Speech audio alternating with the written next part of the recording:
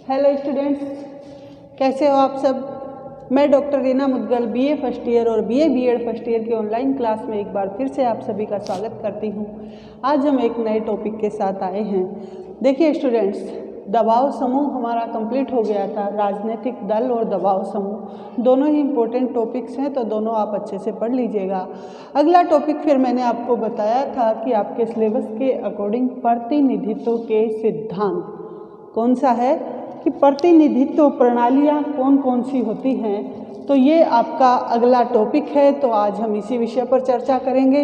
तो सबसे पहले देखिए, क्वेश्चन उठता है कि आधुनिक जो काल है, वर्तमान काल, आप सभी को पता है कि वर्तमान काल में निर्वाचन के लिए दो प्रकार की व्यवस्थाएं हैं। सबसे पहले प्रश्न उठता है कि प्रतिनिधित्व प्रणाली की आवश्यकता क्यों पड़ी।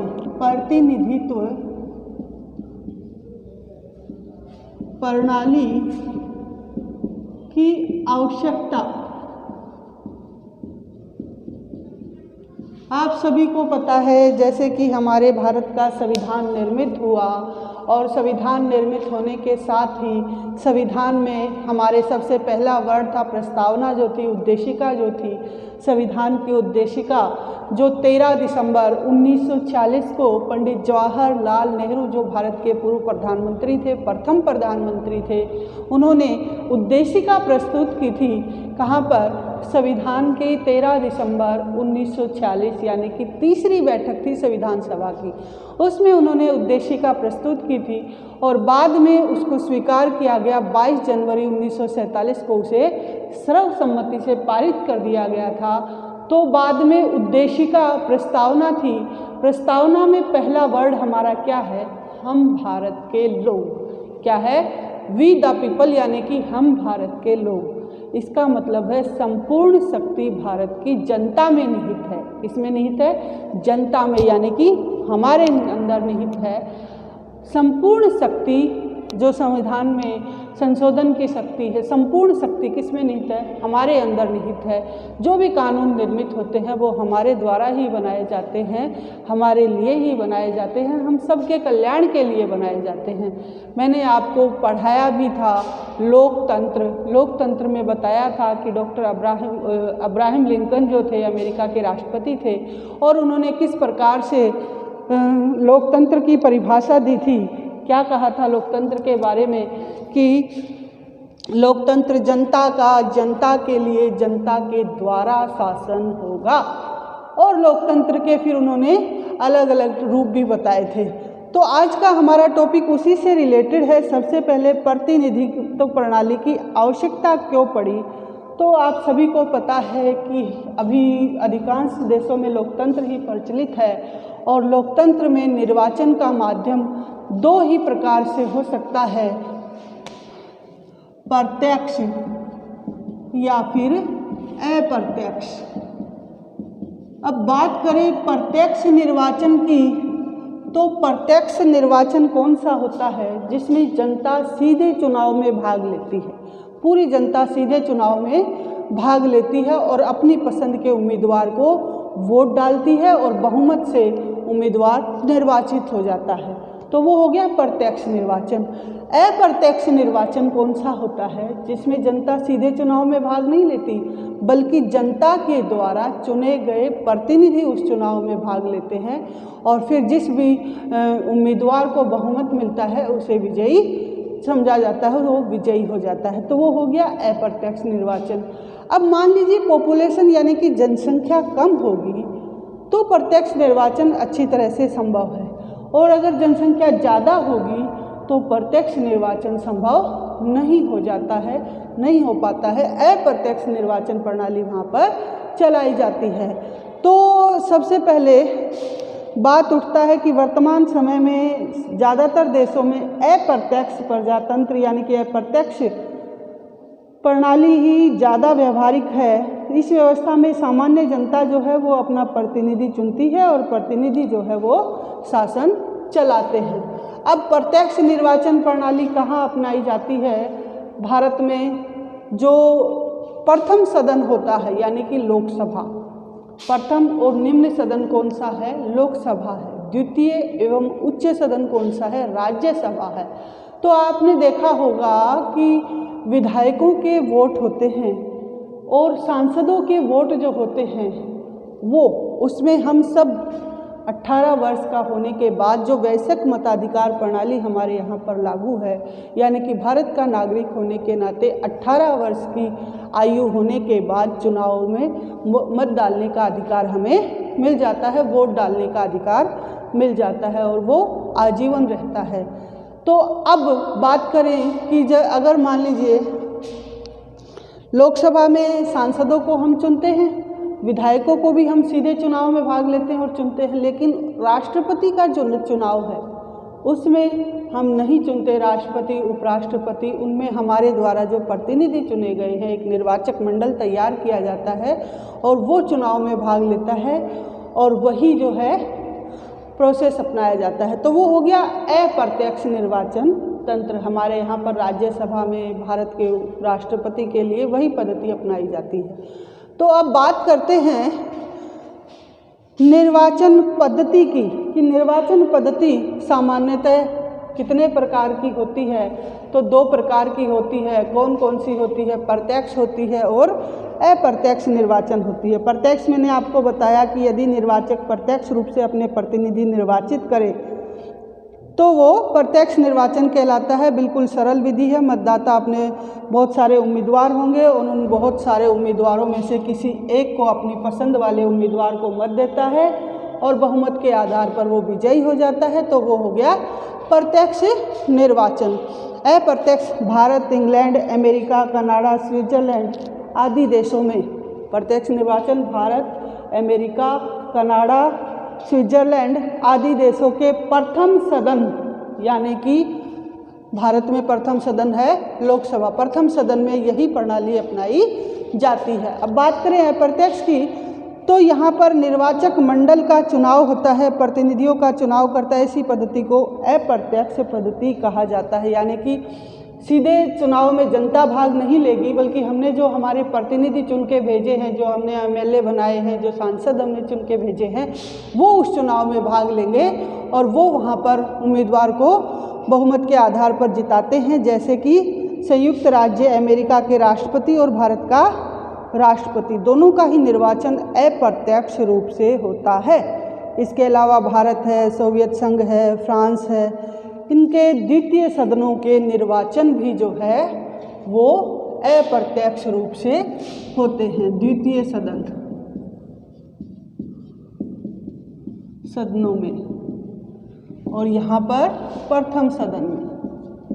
तो ये प्रोसेस था, आपको बताना है कि प्रत्यक्ष निर्वाचन क्या होता है, अप्रत्यक्ष क्या होता है, प्रत्यक्ष कहाँ अपनाया जाता है, अप्रत्यक्ष कहाँ अपनाया जाता है। अब आपके अकॉर्डिंग टू सिलेबस सबसे पहले आता है कि प्रत्यक्ष निर्वाचन के गुण क्या हैं। मान लीजिए कई बार 20 नंबर के क्वेश्चन में आपसे पूछा जाता है कि प्रत्यक्ष निर्वाचन प्रणाली क्या है, इसके गुण और दोषों पर चर्चा करते हुए इसके महत्व पर प्रकाश डालिए। तो ये क्वेश्चन आपके यहाँ पे आ जाएगा या विश्लेषण कीजिए। तो इसमें आपको केवल प्रत्यक्ष चुनाव प्रणाली का ही वर्णन करना है, अप्रत्यक्ष को साइड में छोड़ देंगे और खाली अप्रत्यक्ष भी आ सकता है। बहुत सारे क्वेश्चन आपके इस टॉपिक में बनेंगे। खाली आ सकता है कि प्रतिनिधि प्रणालियों की आवश्यकताएं क्यों पड़ी और कितनी प्रकार की प्रतिनिधित्व प्रणालियां वर्तमान में मौजूद हैं, तो वो अभी अब आगे पढ़ाएंगे अब आपको। तो बात करते हैं प्रत्यक्ष निर्वाचन के गुण क्या क्या हैं। तो सबसे पहला गुण है प्रजातंत्रात्मक धारणा के अनुकूल, प्रजातंत्रात्मक धारणा के अनुकूल गुण हम इसके बता रहे हैं आपको। सबसे पहले ये, अब मैंने आपको बताया था संविधान की प्रस्तावना के बारे में। तो लोकतंत्र में सभी को समान समझा गया है। वहाँ पर किसी भी लिंग के आधार पर, मजहब के आधार पर, वंश के आधार पर किसी प्रकार का कोई भेदभाव यहाँ पर नहीं किया जाएगा। समानता का अधिकार हमें दिया गया है। तो उसके अकॉर्डिंग जब जनता को प्रत्यक्ष रूप से अपने प्रतिनिधि निर्वाचित करने का अवसर मिलता है तो स्वाभाविक रूप से ये पद्धति जो है प्रजातंत्रात्मक धारणा के अनुकूल हो जाती है। जनता सीधे चुनाव में भाग लेती है, सीधे अपने प्रतिनिधि को चुनती है, यानी कि जनता के पास अधिकार, शक्ति, पावर, उसका एहसास जनता को कराया जाता है, तो वो अपने अधिकारों का सदुपयोग कर पाती है। दूसरा गुण है इसका मतदाता और प्रतिनिधि के मध्य संपर्क। मतदाता व प्रतिनिधि के मध्य संपर्क दूसरा गुण है ये। इसमें क्या होगा कि इस पद्धति में जनता अपने प्रतिनिधि को प्रत्यक्ष रूप से चुनती है, तो दोनों के बीच संपर्क बना रहता है, दोनों एक दूसरे की भावनाओं से परिचित होते हैं। जो उम्मीदवार होता है वो जनता के साथ सीधे संपर्क में रहता है। मान लीजिए सीधा चुनेगी तो जाहिर सी बात है क्षेत्र भी कम होगा, और जनता सीधे चुनाव में भाग लेगी तो उम्मीदवार और जो वोटर होता है उनके बीच दोनों में आपस में अच्छी संबंध होते हैं, और जीतने के बाद भी जब प्रतिनिधि चुना जाएगा तो चुनने के बाद भी वो जनता से संपर्क बनाए रखते हैं। तो ये इस मायने में अच्छी प्रणाली है। तीसरी है राजनैतिक शिक्षा। राजनैतिक शिक्षा कि जब जनता अपने प्रतिनिधियों को प्रत्यक्ष रूप से चुनती है तो दल के उम्मीदवार अपने कार्यक्रम और नीति जनता के सामने रखते हैं, और जनता को बड़ी भारी राजनीतिक शिक्षा मिलती है। उनसे राजनीतिक जागरूकता की भावना का भी उदय होता है, और जनता सही मायनों में अपने अधिकारों का और कर्तव्यों का भी प्रयोग कर पाती है।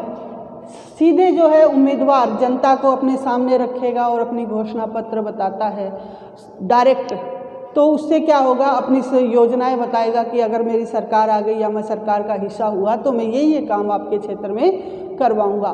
तो अनपढ़ जो व्यक्ति होते हैं उनको भी राजनीतिक शिक्षा यहाँ पे मिल जाती है, वो सारी अपने अधिकारों का प्रयोग यहाँ कर पाते हैं, कर्तव्यों का प्रयोग कर पाते हैं। तो ये तो थे प्रत्यक्ष निर्वाचन के गुण। अब इसके बाद इसके दोष क्या क्या हैं वो भी देख लीजिए। दोष, तो सबसे पहला दोष है सामान्य निर्वाचक का मत त्रुटिपूर्ण। सामान्य निर्वाचक का मत त्रुटिपूर्ण। जनता सीधे चुनाव में भाग लेती है, चुनाव का हिस्सा बनती है, तो यहाँ पर ये प्रत्यक्ष निर्वाचन प्रणाली का एक दोष भी माना जाता है, क्योंकि आलोचकों का कहना है कि जनता में अपना मत का उचित प्रयोग करने की क्षमता नहीं होती। मतदाता अधिक योग्य और शिक्षित न होने के कारण नेताओं के झूठे प्रचारों में आ जाते हैं, प्रचारों में, भाषणों में आ जाते हैं। आपको पता है कि जनता जो है हमारी भारत में बहुत सारी जनता आज भी ऐसी है जो अनपढ़ है, अनएजुकेटेड है, तो उसका फ़ायदा जो है ये उम्मीदवार उठाते हैं और अपने झूठे वायदों के भ्रम में उनको प्रलोभन देकर, लालच देकर मात्र उनसे वोट के लिए उन्हें अपनी तरफ करने का प्रयास करते हैं। तो ये प्रत्यक्ष लोकतंत्र का सबसे बड़ा दोष माना गया कि सामान्य निर्वाचक का मत जो है वो त्रुटिपूर्ण हो सकता है। दूसरा है सार्वजनिक शिक्षा का तर्क। सार्वजनिक शिक्षा का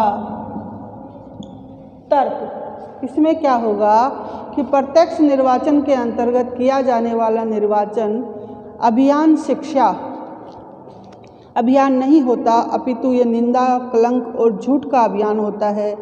चुनाव में उम्मीदवार जो है वो अपनी नीतियों को ठीक से समझने की बजाय उनके सामने व्यक्तियों और समस्याओं का विकृत चित्र प्रस्तुत करते हैं, जिससे मतदाता भ्रमित हो जाता है।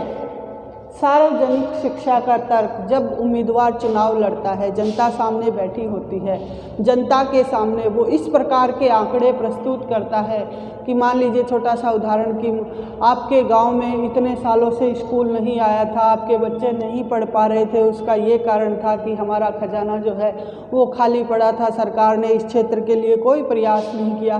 तो वो अपने मन चाहे जो है अनुमान जो है वो प्रस्तुत करता है और जनता अपनी भोली बेचारी सीधी सादी भोली जनता उनकी बातों में आ जाती है। तो यहाँ पर ये भी सबसे बड़ा दोष है जिसके परिणाम स्वरूप मतदाता जो है गुमराह हो जाते हैं और उस उम्मीदवार को सच्चा समझकर उसको वोट डालते हैं और वो सरकार में आने के बाद उसका दुरुपयोग करता है शक्ति का। तो ये भी एक बड़ा दोष है। तीसरा इसका अवगुण है, बुद्धिमान व्यक्ति निर्वाचनों से दूर। बुद्धिमान व्यक्ति निर्वाचनों से दूर। इसमें क्या होगा कि मान लीजिए प्रत्यक्ष निर्वाचन होगा तो क्या होगा कि चुनाव अभियान नैतिकता के निम्नतम स्तर पर गिर जाने के कारण बुद्धिमान एवं निष्कपट व्यक्ति निर्वाचन से दूर भागते हैं।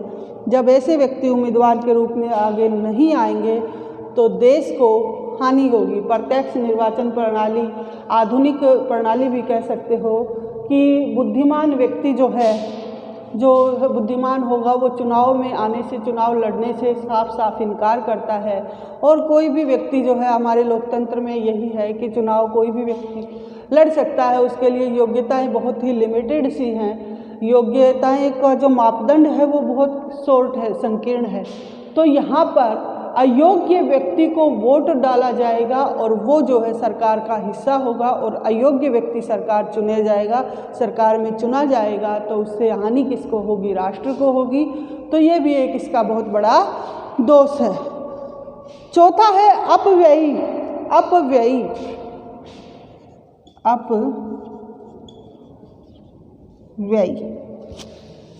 इसमें क्या होगा कि इस प्रकार के चुनाव पर बहुत अधिक खर्च आता है और बड़े पैमाने पर इसका प्रबंध करना होता है।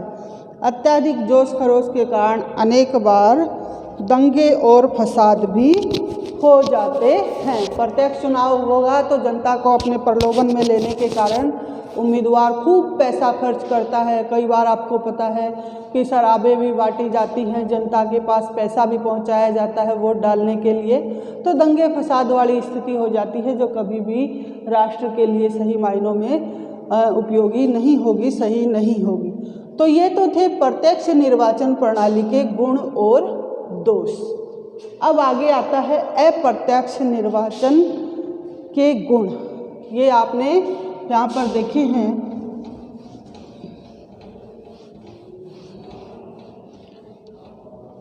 अब अप्रत्यक्ष के देखिएगा। सबसे पहले अप्रत्यक्ष का गुण है योग्य व्यक्तियों का निर्वाचन संभव। गुण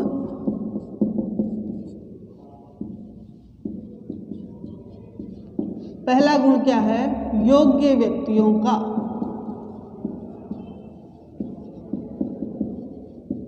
निर्वाचन संभव। सबसे पहला गुण है अप्रत्यक्ष चुनाव पद्धति का कि सामान्य जनता की बजाय जनता द्वारा जब प्रतिनिधियों का निर्वाचन एक समूह पर छोड़ दिया जाता है तो अधिक योग्य व्यक्तियों के निर्वाचन की आशा की जाती है। जैसे मान लीजिए अप्रत्यक्ष निर्वाचन का मतलब है कि जनता सीधे चुनाव में भाग नहीं लेकर अपने प्रतिनिधियों के माध्यम से चुनाव में भाग लेती है। तो हम अपने प्रतिनिधि चुनते हैं, वो योग्य होंगे, समझदार होंगे, हमारी पूरी कोशिश यही होती है, पढ़े लिखे होते हैं, बुद्धिमान होती है, और वो प्रतिनिधि चुनाव में भाग लेंगे तो वैसे ही वो योग्य होंगे। तो चुनाव में सही व्यक्ति को ही जो है उम्मीदवार को, सही उम्मीदवार को ही हमारे सरकार का हिस्सा बनाएंगे, देश का हिस्सा बनाएंगे।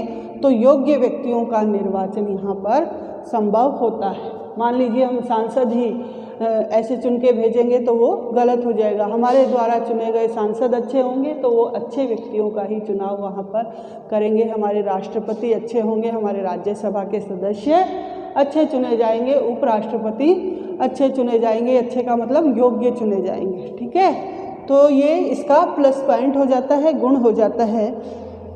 दूसरा है निर्वाचन पद्धति के दोष कम हो जाना। निर्वाचन पद्धति के दोष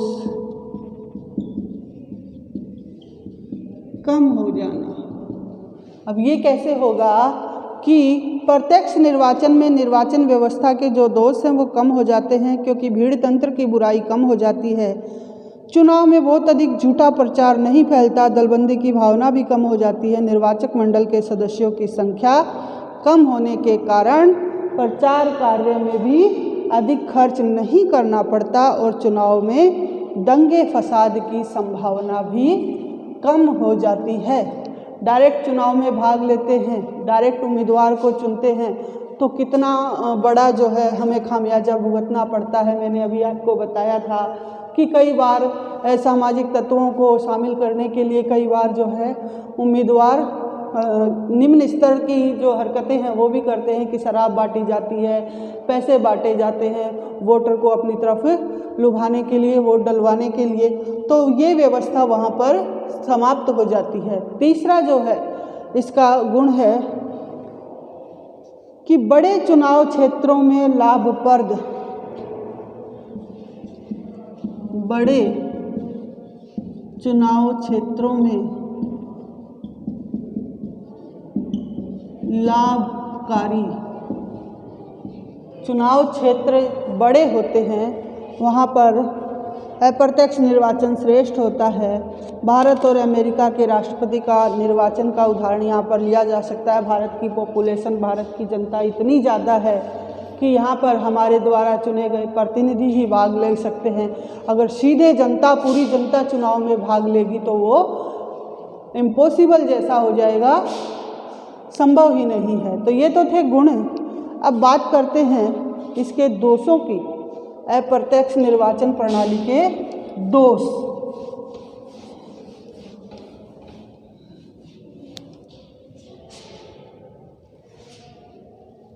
दोष में सबसे पहले तो यही आ जाएगा कि अप्रजातंत्रात्मक, अप्रजातंत्रात्मक।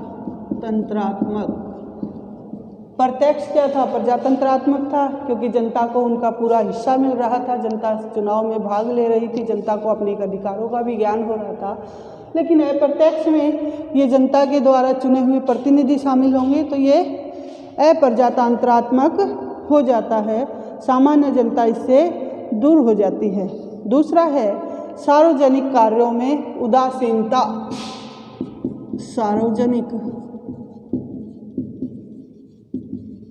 कार्यों में उदासीनता।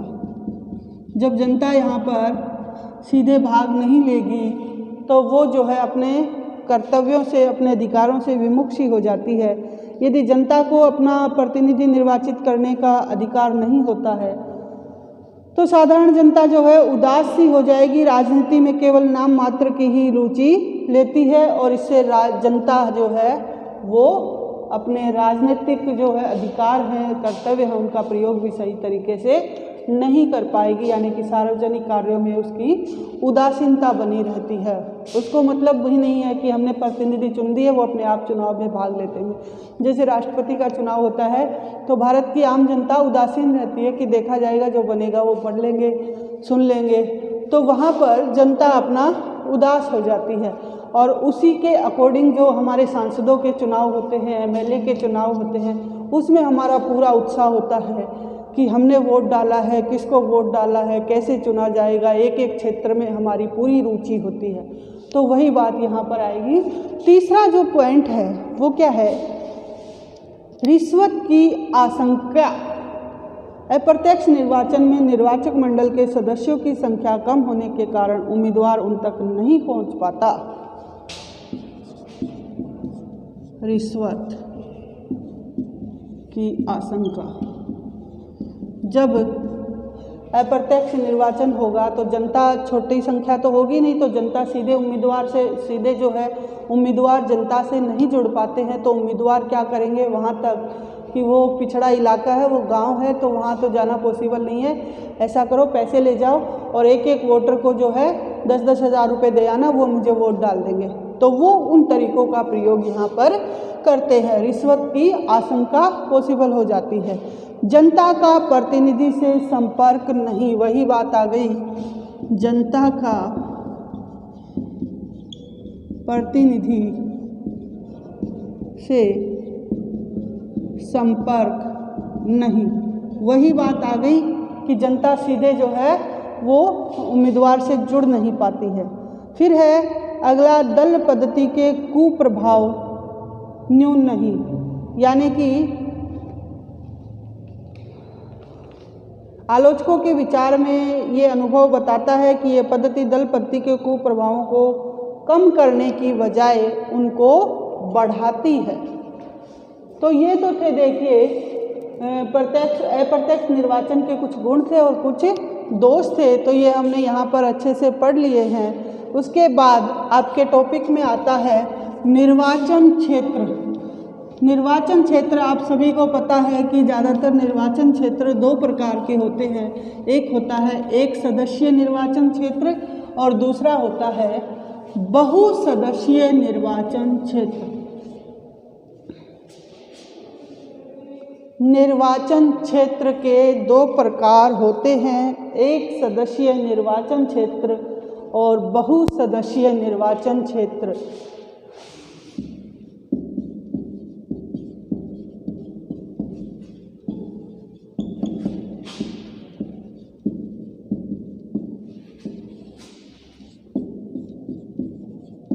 एक सदस्यीय और बहुसदस्यीय। ये देखिए, जिस निर्वाचन क्षेत्र, जब किसी राज्य को उतने ही निर्वाचन क्षेत्रों में बांटा जाता है जितनी संख्या में प्रतिनिधि चुने जाने हैं, तो प्रत्येक निर्वाचन क्षेत्र के द्वारा अपना एक प्रतिनिधि चुना जाता है। इसे एक सदस्यीय निर्वाचन क्षेत्र कहते हैं। विश्व के लगभग सभी प्रजातंत्रों में यही जो है अपनाया जाता है। जैसे मान लीजिए, कैसे बताएं, एक सदस्यीय, जैसे मान लीजिए जयपुर ग्रामीण आता है और जयपुर शहरी आता है, तो वो पूरा निर्वाचन क्षेत्र अलग अलग है। जैसे मान लीजिए बगरू आपका आता है, तो ये इस निर्वाचन क्षेत्र से एक उम्मीदवार कांग्रेस उतारती है, एक बीजेपी उतारती है, यानी कि सदस्य एक ही होता है और हम उसको अपनी पसंद से, अपनी इच्छा से वोट डालते हैं, तो उसे एक सदस्यीय निर्वाचन क्षेत्र कहा जाता है। अब इसके क्वालिटी क्या क्या हैं, बहुसदस्यीय की गुण क्या हैं, दोष क्या हैं, तो ये वीडियो थोड़ा लंबा हो रहा है, इसको हम अगले वीडियो में डिस्कस करेंगे। कल बताएंगे कि निर्वाचन क्षेत्र के जो है वो दो प्रकार, एक सदस्यीय और बहुसदस्यीय कैसे हैं और उनके गुण दोष क्या क्या हैं। आज के लिए इतना ही काफ़ी है। धन्यवाद।